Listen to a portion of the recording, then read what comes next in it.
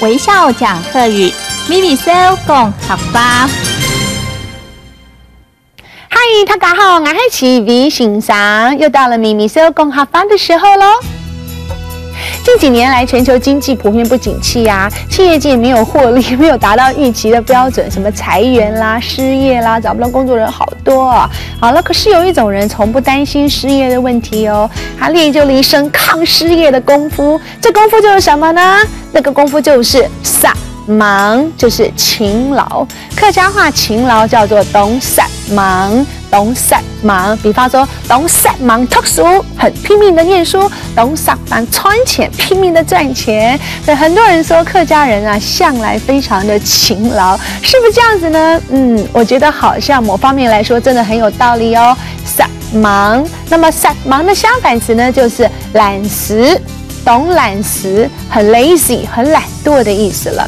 那么勤劳，第一个要做到的就是要早起啦。俗话说 ，early birds catch the worms， 早起的鸟儿有虫吃哦。那么客家话呢是这么讲的：早空三早冬一公，早空3年冬一冬。我再说一次哦，早空三早冬一公，早空3年冬一冬。早空就是早起，3早就是3个早上你早起，加起来节省的时间其实就是1天的工时了。一样的，3年都早起，就多出了1冬，其实多了1年的时间咯。所以呢，你努力一定会有代价的哟。好，所以平时我们在家里啦，我们要常常勤劳的打扫啦，好收拾啦，自己的以身体力行的方式来做到撒忙。好了，那我们说打扫客厅怎么说呢？叫做平收。平收就是到处去打扫的意思。哎呀，你的房间这么乱，好好啊，老给平收一下。平收就是打扫。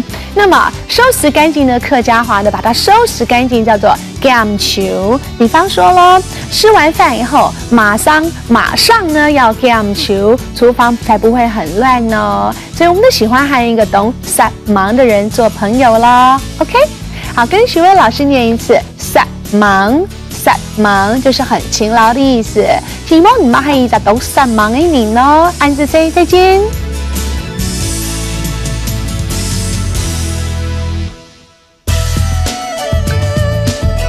微笑讲客语，Vivi 讲客家。